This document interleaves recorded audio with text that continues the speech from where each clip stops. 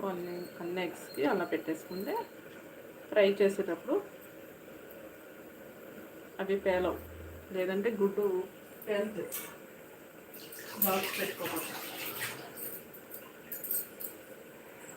ఇప్పుడు ఆయిల్ కొంచెం హీట్ అయిందా లేదా చూసుకోండి. ఆయిల్ హీట్ అయ్యాక ఎగ్స్ వేసేసుకోండి.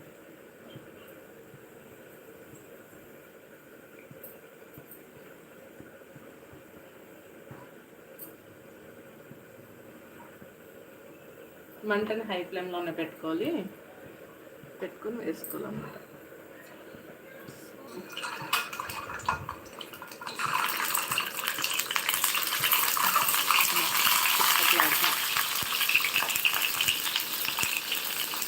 ఓకే,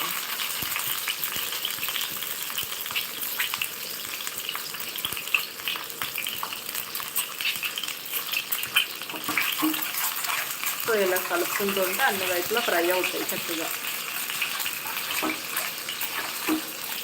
సో మెల్లగా ఇలా కలుపుకుంటూ ఉండాలి.